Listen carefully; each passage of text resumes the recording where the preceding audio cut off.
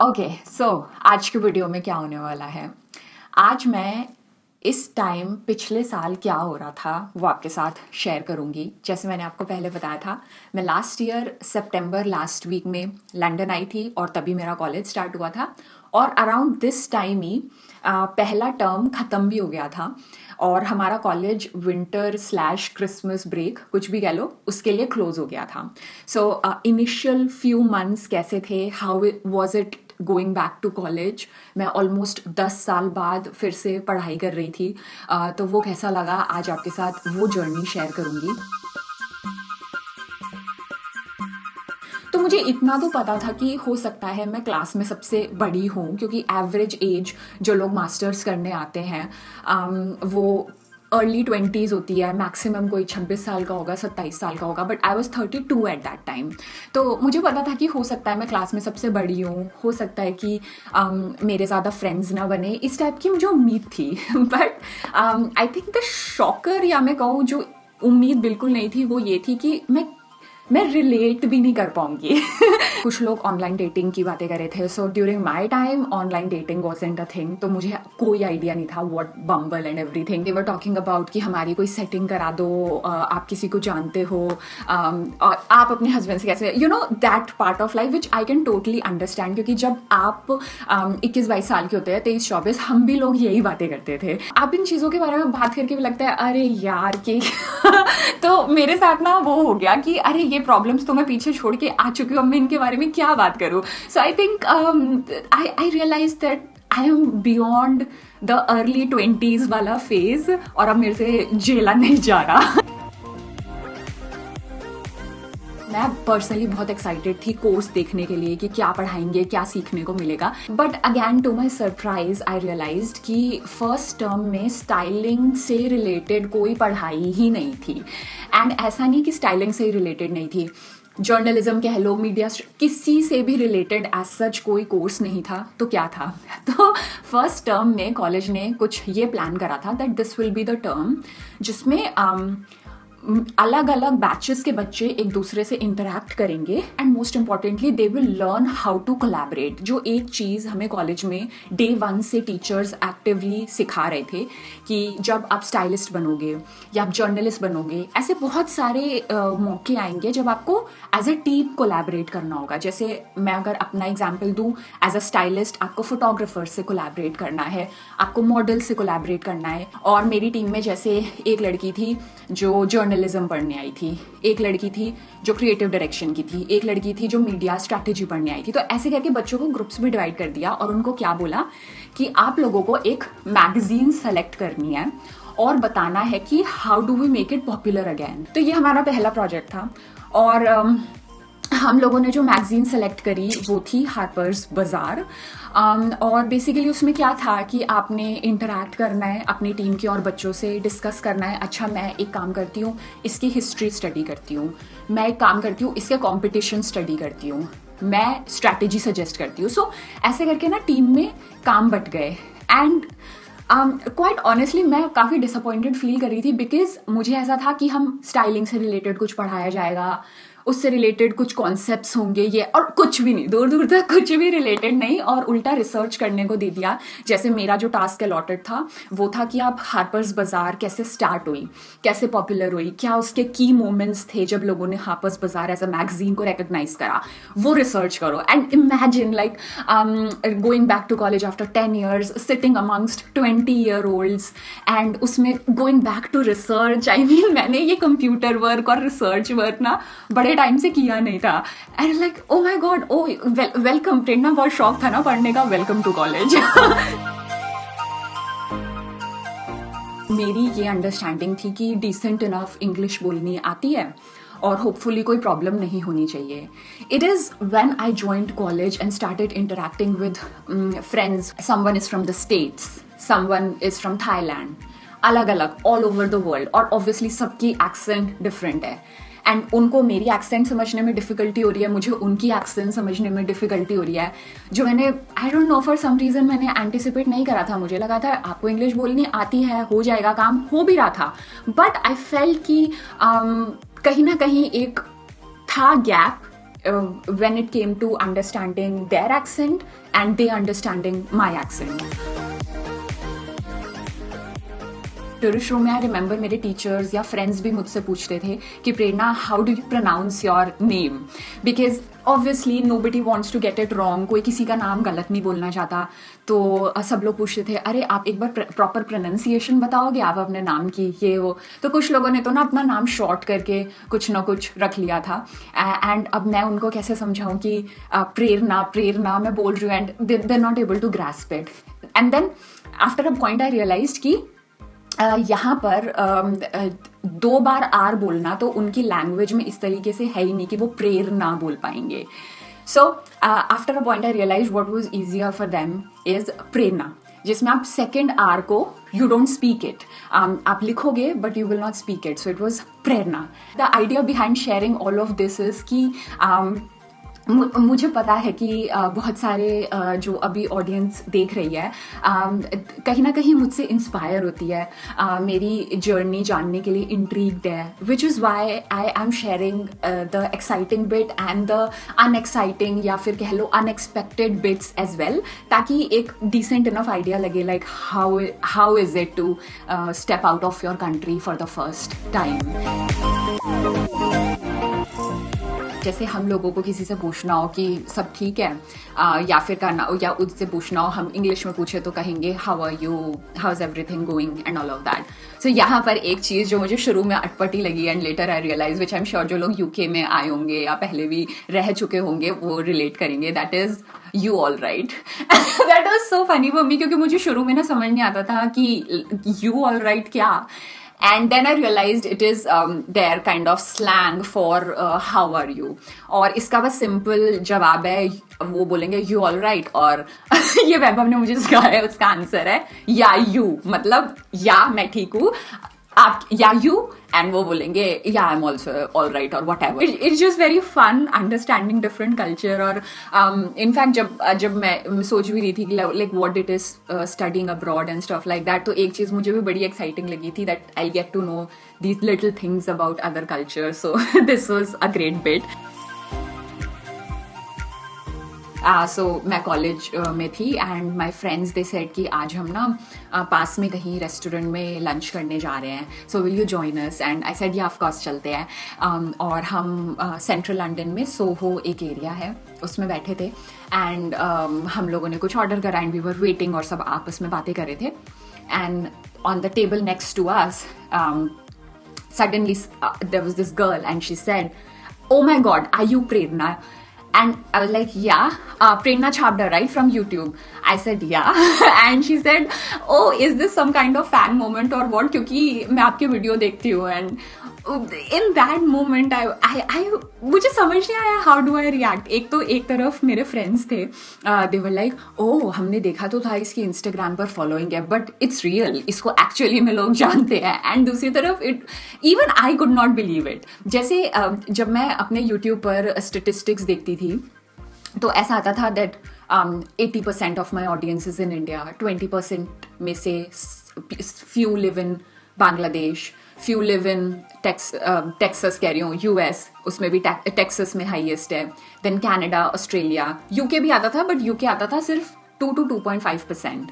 तो मुझे लगता था अरे यार, मतलब 2.5% में कितने लोग मिलेंगे। And imagine like 5 days old in the city and you find someone in the hotspot and she says like she loves your videos and her name is Shagun, और Shagun ने फिर introduce कराया to her colleagues. She spoke so highly of me कि it was such a surreal moment for me। and उसके बाद भी मैं शगुन से बहुत बार मिली हूँ।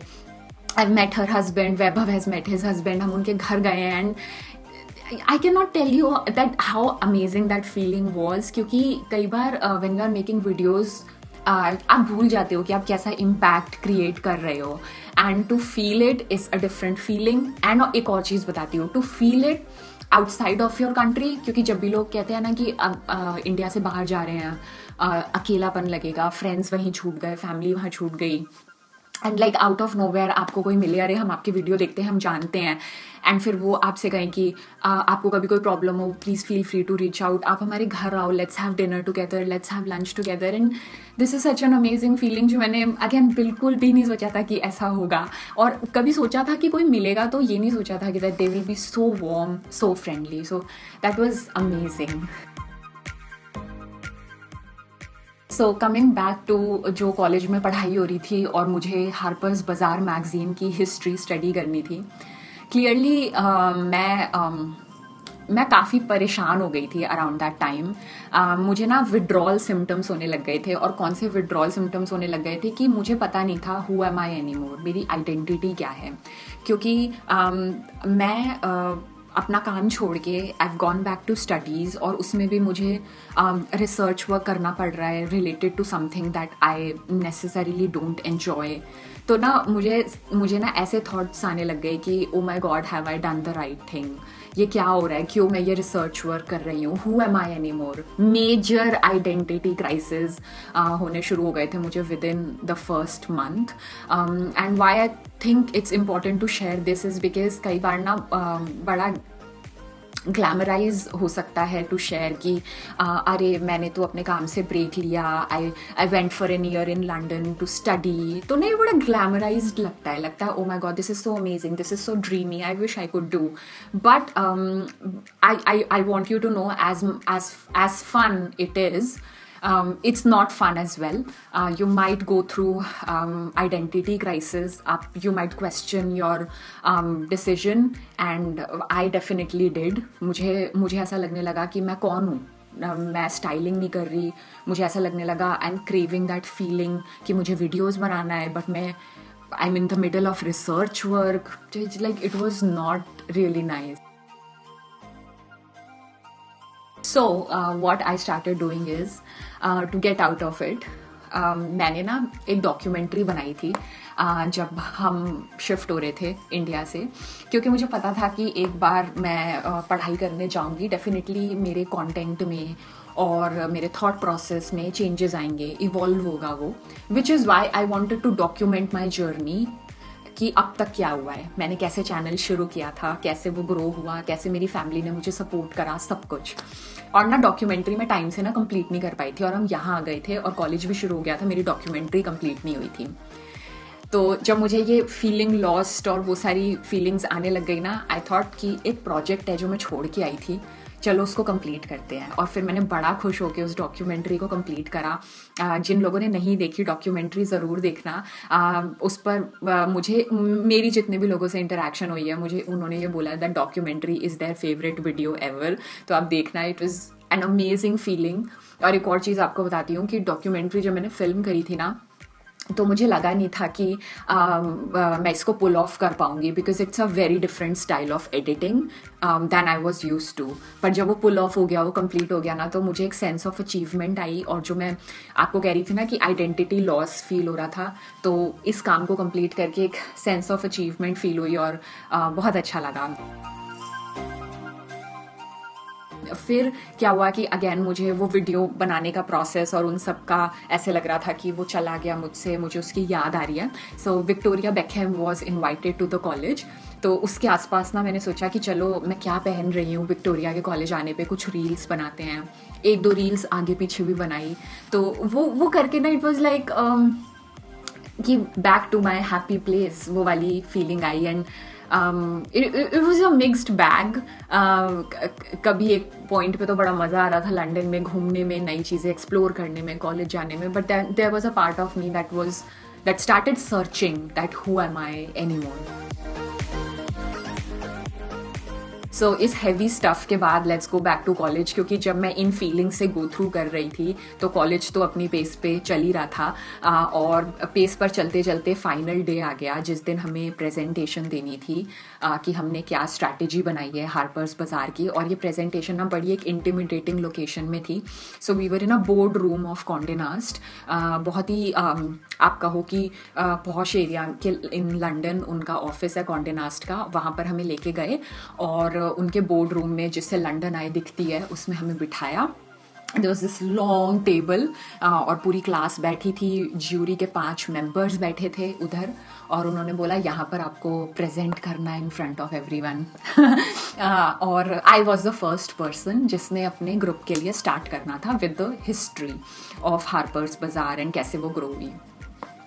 Now I started talking that तो मेरी line थी that Harper's Bazaar was started in Germany in this year by so and so। और आप सोचो, like I say, hi, I'm Prerna and this is my group and we will be presenting the strategy for Harper's Bazaar magazine। And then I start, so Harper's Bazaar was started in India। So मैंने I don't know, out of nowhere में मुंह से India निकल गया, और obviously पूरा board room हंसने लग गया, और मैंने कहा अरे यार ये क्या हो गया, और मैं भी उनके साथ हंसने लग गई।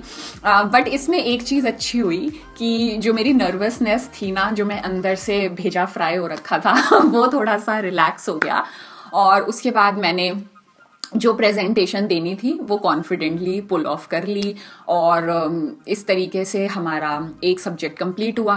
फिर एक प्रेजेंटेशन और देनी थी, that was again a bit of research work, but वो प्रेजेंटेशन वाज जस्ट ऑनलाइन, तो अपना एक वीडियो शॉर्ट सा रिकॉर्ड करके सबमिट करना था। So all in all we just had 2 subjects in the first term.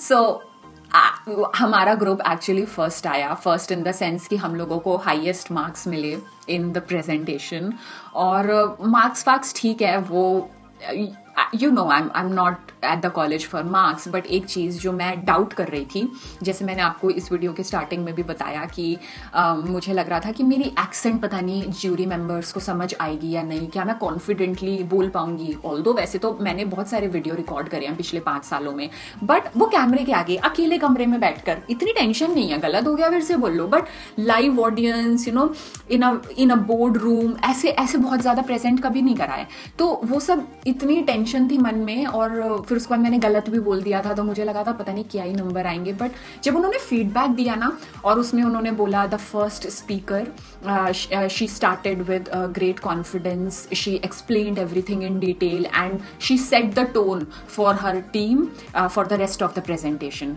तो वो पढ़ के ना मुझे बहुत अच्छा लगा। That feedback really helped my confidence, it strengthened my confidence, कि मुझे लगा कि पता नहीं प्रेरणा यार तू ऐसे ही घबरा रही थी कि लोग तेरा नाम नहीं बोल पा रहे, ये नहीं हो पा रहा, वो नहीं हो पा रहा, like look you did it, और उन्होंने स्पेसिफिकली लिखा है कि तूने अच्छे से बोला।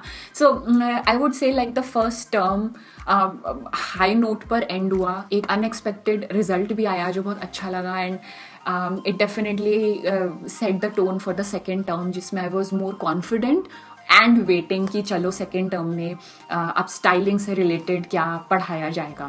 अब मैं कल के वीडियो में आपके साथ शेयर करूँगी कि फर्स्ट टर्म में एक और चीज़ जो हमें करनी थी वो थी कि हम एयरबीएनबी में रह रहे थे, एक घर ढूंढना था, घर में शिफ्ट होना था, और भी बहुत सारी चीज़ें थी।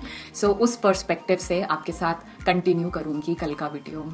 Okay, thanks for watching, bye.